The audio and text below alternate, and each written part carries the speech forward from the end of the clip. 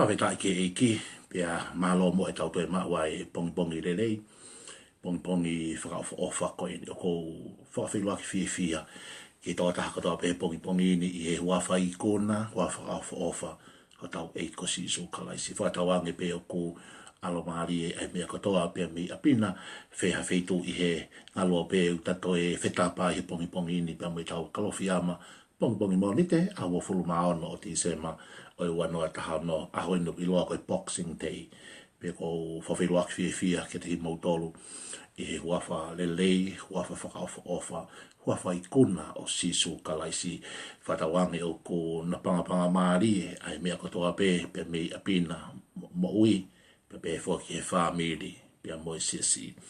Koe ni tau kalofi ama koe ki he pongi monite, ua ono o ti sema, o i wanoa taha ono, to o pe ia pe mi he taha o ngahi lesoni ko ia o i weekend i kosperi nei ki tohi e luke ua e wahe pe koe veso na taha ni ma e ves ko ia hono ua fulu ma taha ka koe hui kai tau taimi o kou kore ke toki lau mua i tau lesoni luke wahe ua ves taha ni ma ki he ua taha ko e ka veinga e tau kalofia ma ko ia pongi ni ku pe ni hono whakarea monu ia ai whanongo pe a whaiki ai monu ia ai whanongo pe a whaiki ai.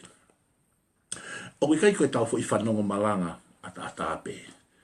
Ka au tau whanongo pe a tau whaiki ai. Koe taimi koe o tau talango fua i ke mea o tau whanongo ki ai. Koe halanga ia oi monu ia, koe halanga ia oi tāpuaki. Whanongo mai kau lawa te vestaha te ma o luke pa kai wahano ua te ulawa te riu pāki matua pa kai riu kai toa masu wesi. Luke wahai ua vestaha ni ma pea pehe i he liriwang e kau angelo ki he langi me te kinau tolu na e pehe ake he kau tahi sipi ke tau o eni ki pete li hema o mamata ke he mea ni kua whai aia kua whakahama e ki a te ki tau tolu westa hano pea na womi whakabame o ilo amele mo si o sifa moe tama o ku tokoto e ai angakai o e manu mana tui ko tau leso ni ko ia i he Christmas ko luke waheua vesula ke tawha koe kau tahi CPN he tuku uta koe a pete le ma pe whakafoki wha ha mai kau angelo o nau tala mai ai whekau wakai ko hao mo tala noa maari wakai ko hao mo e ngongo lelei i ahon he kolo te vita ko wha i re ai ai tama ai whaka mo ui koe kalaisi koe eiki ko hoko mai ai merino koe whekau pe koe message na o hifo he kau angelo ke kau tahi CP ke kau sepet he tuku uta pete le ma koe vesa na tahani ma i he foki ko e kau angelo i he liriwang ko e kau angelo nau anu na tuk he langi puria ko e kau angelo pa pehe akere he kau tahi sipi hei tau alu mua ki peti he tau alu mua o wakai ange pe ku mooni nai ai whekau o ku tau whanango tau alu ange o kumi ange ki tamasi i ve staha no tau mai pe he nau alu na nau ilo ai a mere mo si o sifa pe a mai ki itama mo si su e ai anga kai o man ai koe message koe na o ange koe e kau ange lo tau ne tono na nau whanongo ki he whekau pena ke ngata be nau whanongo na nau talango fua na nau whai e mea ki ai koe taha koe tau whanongo ki he malanga tau alo he sāpate ki he lotu tau alo ke he akotohi tapu ke pai po study tau alo ke ngahi mo anga ke lesi koe taha koe tau whanongo ki wholofola koe taha ai mahu inga ki tau talango fua, pe koe tau whai hamea ki malanga pe koe whekau ko ia. Ka pau koe malanga, whelawe i moe whoaki, o mahu inga ki tau response ke message ki tau whoaki. Ka pau koe malanga, o kuuki ki tau tolu ki he lotu, moe au kai, o whiema o ki tau response ki ai. O kai ke whi whanongo pe, ka koe whanongo pe whai ki ai. Mahu inga ki tau lotu mo au kai, ka pau koe malanga, o whelawe i pe mo evangelio, o mahu inga ke tau response o ngā ue whaka evangelio. Koe ha ai message o mahu inga ke tau whanongo pe tau whai ki ai. Mati wahe lima, mati wahe ono, mati wahe fitu. Koe wahe tolu ko iau iloa koe malanga si isu i he mounga. Malanga maari e mon, malanga tāpua. Kai whaki hatahi e tatau pe mo si isu.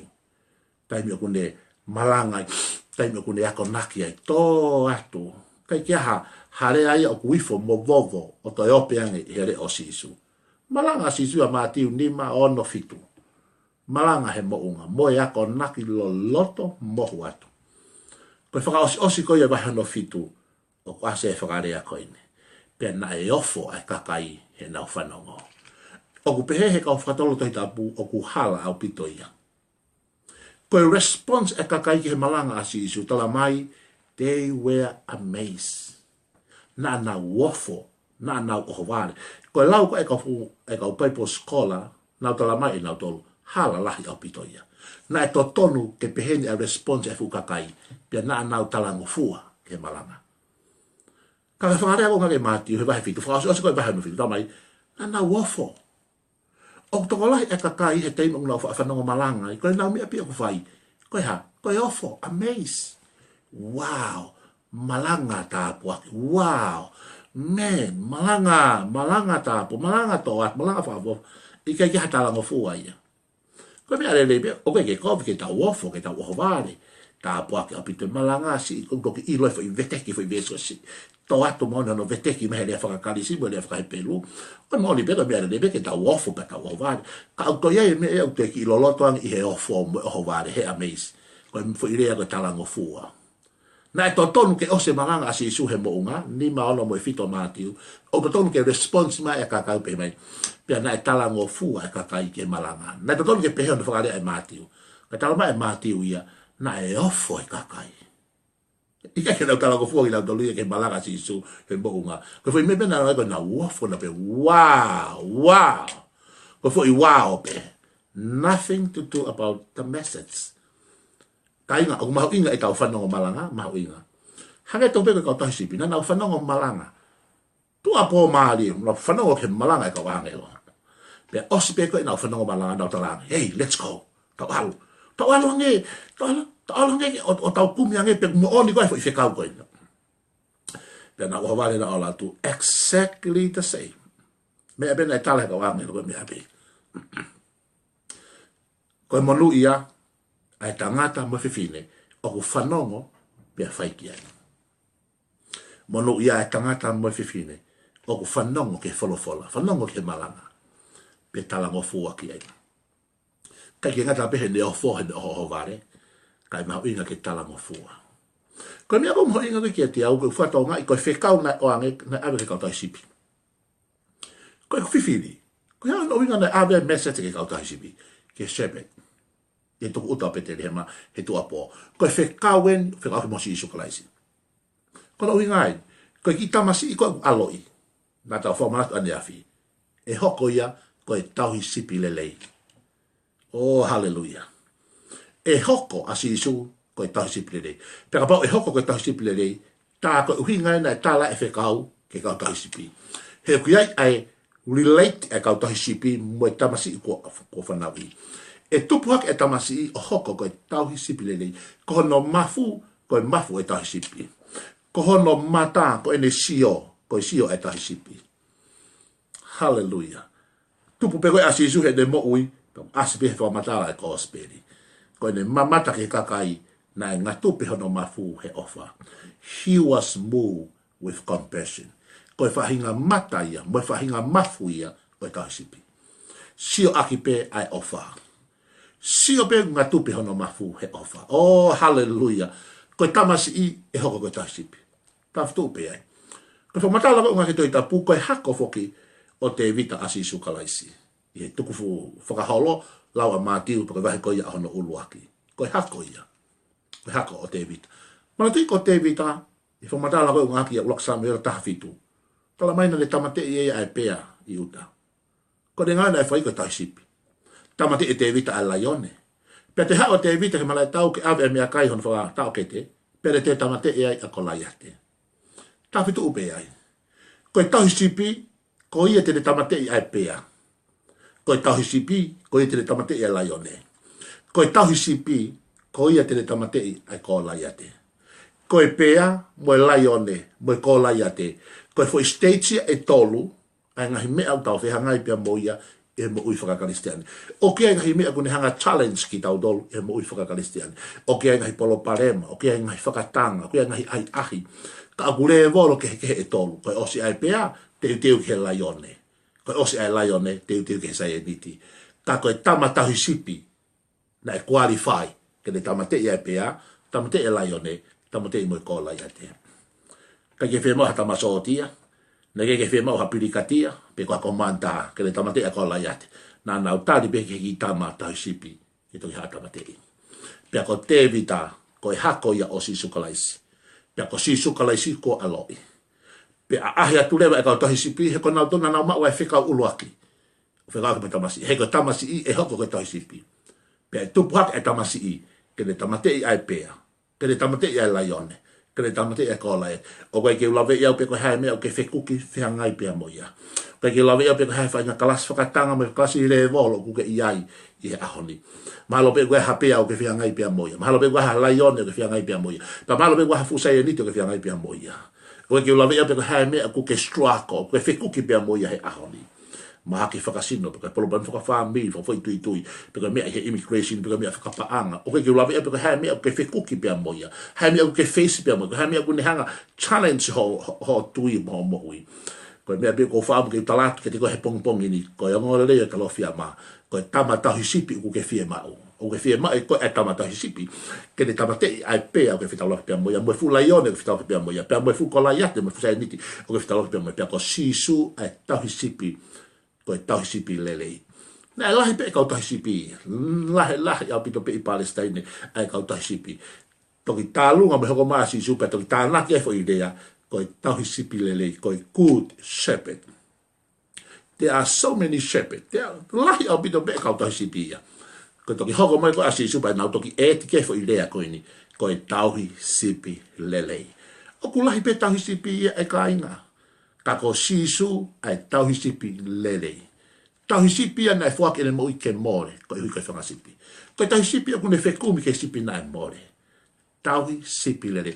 Uhinga na e talai ai whekau ke kau tau hisipi. Nana o tala ke whekau ke. Alok leo e kau tau hisipi o nau ilo ia sisu. Ko e me a tof peia na e tala he kau angelo.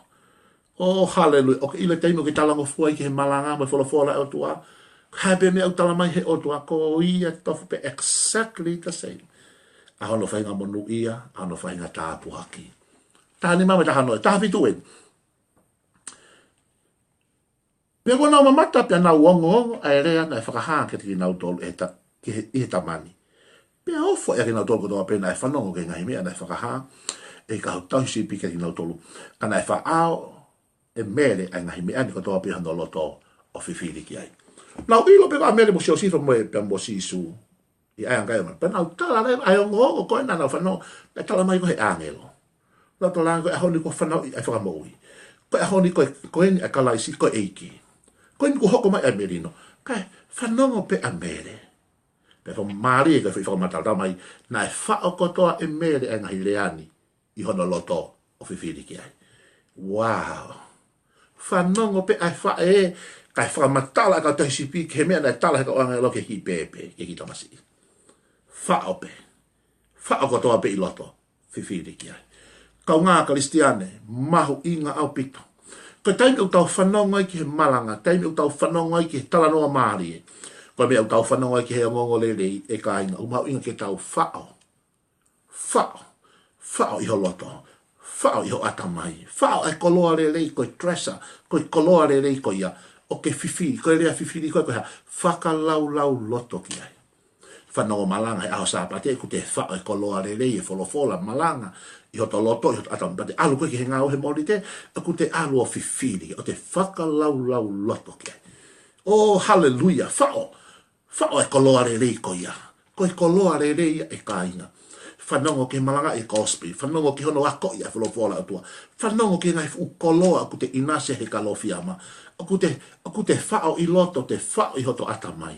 Pea te alu ka wheitu, pea te whiwhiri, pea te whakalau loto ke. Ka inga, tuku hono whao ai veve i hoto atamai. Tuku ai whao ai veve i hoto loto. He koe mea i te vevea i ai. Tuku e whao ai mea mau taimi. Tuku e whao ai nekati. Tuku e whao ai ngahi mea o keke lelei i hoto loto. He koe mea e ku kovia i ho loto. Ko o whao ai mea ku hala, mea ku kou. Ko mea whai kehe pia i ho atamai, ko o whao ai mea kehe i ho atamai. Ka pau te ke whao ai koloa rei ai otua. Tala atu e me rie ho atamai. e fie mari ho atamai ta latu e suiti a lot hiku ke fao e kolole tala mai na e fao e mere fao fanongo pe a mere he ngai tala e kautai sipi kane fao pe i loto fifiri ki ai hallelujah fao pe i loto fifiri ki ai besu wano ai pena uriu mai e kautai sipi o nau whaka malo mo whaka whetai ki o tua hika ngai mea kotoa pe ko nau fanongo mo mamatai o hangai ko ia na e whakahake ki nau tō pe he ka kato e ahono waluna e kamu e tama pe au hono wa whako sisu ai ko whakahingo i angelo te eki ke tu itu ia ia i manawa pe a foki mai ka tohi sipi whaka whetai mo nau whakamalo ke tu ko hiko i mea ko nau sio ai mo i mea ko nau mamata ke oh hallelujah ko e wafo i mea mahu inga he mo i whakaisiane ko e mea ko ke sio ai mo i mea ko ke mamata e ka inga ka ngasiane mau inga bitu ke tokanga ke me ke fanongo ki ai he moi whaka kristiani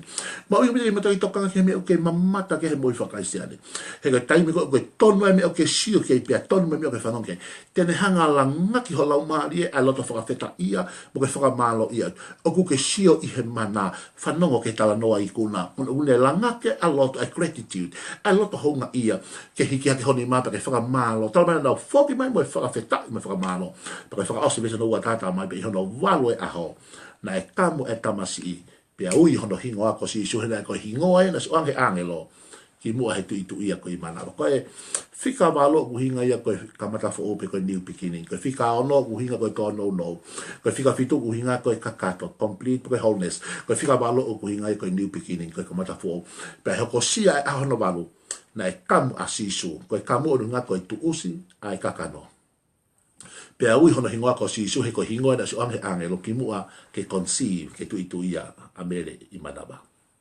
ta ftu pe ai ko kamata fo ko new beginning kamata fo ko kamata fo ko kamu ko mamahi la bea ko tu usi e kakano ko toto ko fe lau ka pau ko ke fe ma ke kamata fo ko pau ke hai fe lau ka pau ke fe ma ke fa kamata fo ko pau ke tu usi ai ngawe e kakano ai work of the flesh tu usi ngata ia ko kamata fo o mo otua e kai boxing day today ahoni logo boxing ahwa no noticia ma fe mo ke tau maka ki hoko mo ahoni ko aho e kamata fo o mo otua fai ha otu ko pa fai ha o fe lau ko fe unga ai ba inga bare e te bolo i ho mo ko fe unga ai ba inga bare e te bolo ai ang hala i tau mo fa ngata tu us e kakano ko kamata fo o mo pe ui e tamasi ko sisu ko hingo ia na o si fatu pe ia me mana na stala pe ki mo ko lau tama fa ki fatu ko sisu pe ko hinga ia sisu ko fa mo ui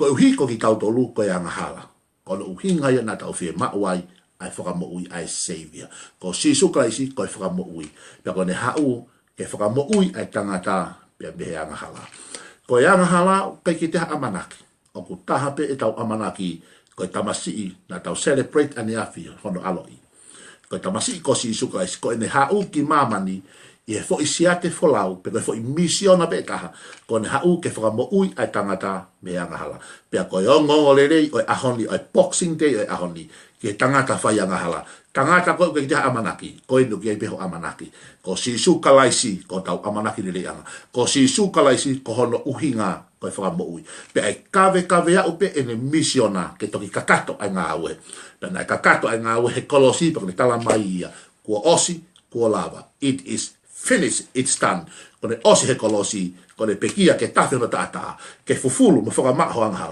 o tatawe be ko hai lahi ko hai palaku ko hai banu ko hai ko mahalo be fa ka ke to lava fa mole ho anga fa no me ko rata ko o ke lahi anga hala ke tata o si sukalais he ka pau e tata e ka kai mo on e matata e ke fe unga pe o pekia ke ufi ai mauia ko tala no mari e o ahoni ko hoko mai e tamasi ko si sukalais o ke fe unga pe ho fa no malanga ko monu ia ai fa no pe fai ki ai ko si sukalaisi ko de hau ke fai ho tau fa mo ui pe be van mo pe pela o ia hala e tamai ko lotuia ta pe ki to ta ko to pe ahoni io monu ia ai fa no pe fai ki ai lang ia fi na si sukalais ko alm fa mo ui amen